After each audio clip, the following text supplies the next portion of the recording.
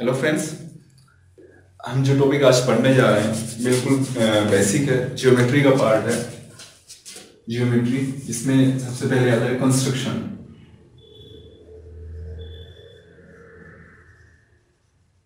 Construction ठीक है। Construction में होता क्या है, सबसे पहले आपको मैं बेसिकली बता दूं कि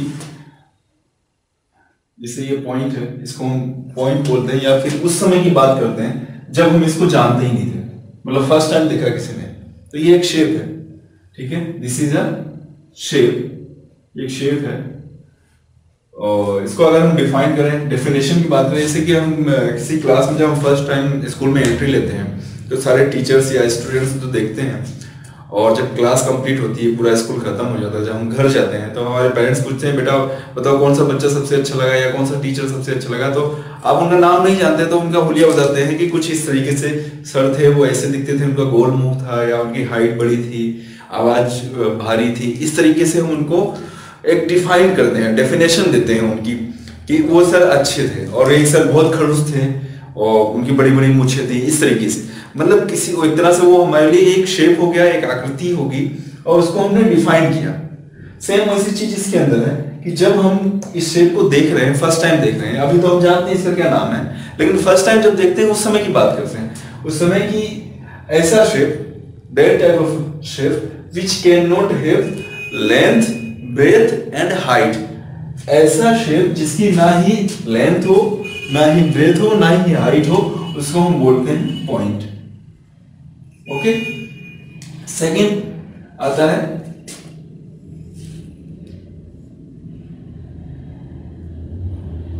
ये वाला शेप। इस शेप को हम क्या कहेंगे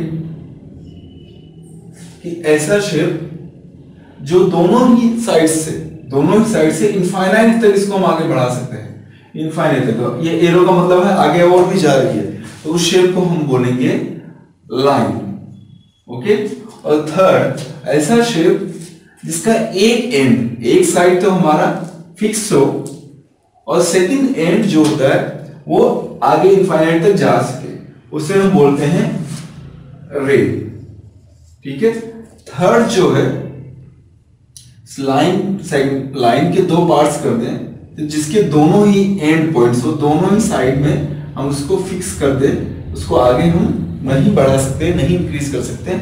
ऐसे शेप को हम बोलते हैं लाइन सेगमेंट। सेगमेंट का मतलब एक पार्ट, मतलब लाइन के दोनों तरफ से लाइन को हम फिक्स कर दें, लाइन का एक सेगमेंट जो होता है वो क्या कहलाता है, लाइन सेगमेंट। अब अगर एक ही पॉइंट से, किसी कॉमन पॉइंट से टू रेज प्रोड्यूस होती हैं तो उनके बीच जो बनता है वो एंगल बनता है। क्लियर है यहां तक? ये तो बेसिक पार्ट था, लेकिन हम इधर जो पढ़ना चाह रहे हैं वो हम ये पढ़ना चाह रहे हैं कि कोई हमें लाइन सेगमेंट दे रखी है, उसे किसी रेशियोज में डिवाइड करना। जैसे मैं बोला है कि एक लाइन सेगमेंट आपको दे रखी है, लाइन सेगमेंट AB जिसका मेजरमेंट है 11.6 सेंटीमीटर, और इसको आपको डिवाइड करना है 5:6 के रेशियोज में, या फिर आपको ऐसे ही बोल सकता है 5.6 के रेशियोज में आप डिवाइड कीजिए। तो इसको कैसे करेंगे? सबसे सिंपल सा तरीका, सबसे पहले आप स्केल, आप पेंसिल के थ्रू एक लाइन सेगमेंट ड्रॉ करेंगे जिसकी लेंथ आपकी होनी चाहिए AB 11.6। यहां तक क्लियर है? ओके। लाइन सेगमेंट हमने ड्रॉ कर दिया AB 11.6 सेंटीमीटर। फिर आगे क्या करना है, यहां से इस जगह से, इस पॉइंट से, ए पॉइंट जो हमने लिया था, कंपास रखिएगा आप। जैसे सपोज कीजिए दिस इज कंपास और ये इसकी नोब है, तो यहां हमने कंपास रखा और एक्यूट एंगल बनाना है। ठीक है। एक आर्क हमने लिया और यहां से रख के ये एक कट मार दिया। ओके। एक आर्क लेकर ये एक्यूट एंगल बन गया। जितने डिग्री का एक्यूट एंगल इधर बन रहा है उतने ही डिग्री का इस तरफ भी बनना चाहिए। तो सेम आर्क, जैसे यहां से यहां तक लेंथ जो मेजर किया उतनी ही लेंथ का आर्क इस तरफ भी आपको कट करना होगा। ठीक है। और इन दोनों यहां से यहां तक का मेजरमेंट ध्यान रखिएगा, जो भी मेजरमेंट हो उसी मेजरमेंट का इधर बनना चाहिए।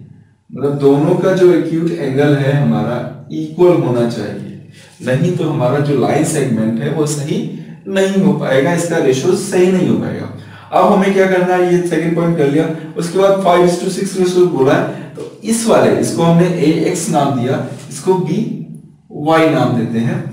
इसके मुझे 5 पार्ट्स करने हैं, इक्वल पार्ट्स, मतलब ये लिए प्रकार की कंपास, ये इतना लिया हमने 1 2 3 4 एंड 5 इक्वल होना चाहिए, A1 A2 A3 A4 और A5 सेम, जितनी लेंथ इसकी है जितनी उतनी ही लेंथ इधर भी होनी चाहिए, और उतने इसके आर्क काट दिए 1 2 3 4 5 एंड 6, इधर 6 था इसलिए 6 हो गया, तो B1 B2 B3 B4 B5 and B6। यहां तक क्लियर है। लास्ट मोमेंट में हमेशा ध्यान रखिए सारी जो लेंथ है A1 equal to A1 A2 equal to dot last तक A4 A5 सारे इक्वल होने चाहिए, इक्वल टू सेम इधर B1 B1 से लगा के लास्ट कहां तक B5 और B6 सारी लेंथ आपस में इक्वल होनी चाहिए। क्लियर है आपको, जैसा कि दिख भी रहा है। फिर लास्ट में क्या करेंगे, ये जो इसका जो एंड पॉइंट है B6 जहां है और इधर A5, इन दोनों को लेंगे हम इसके, और उसके थ्रू इसको मिला देंगे।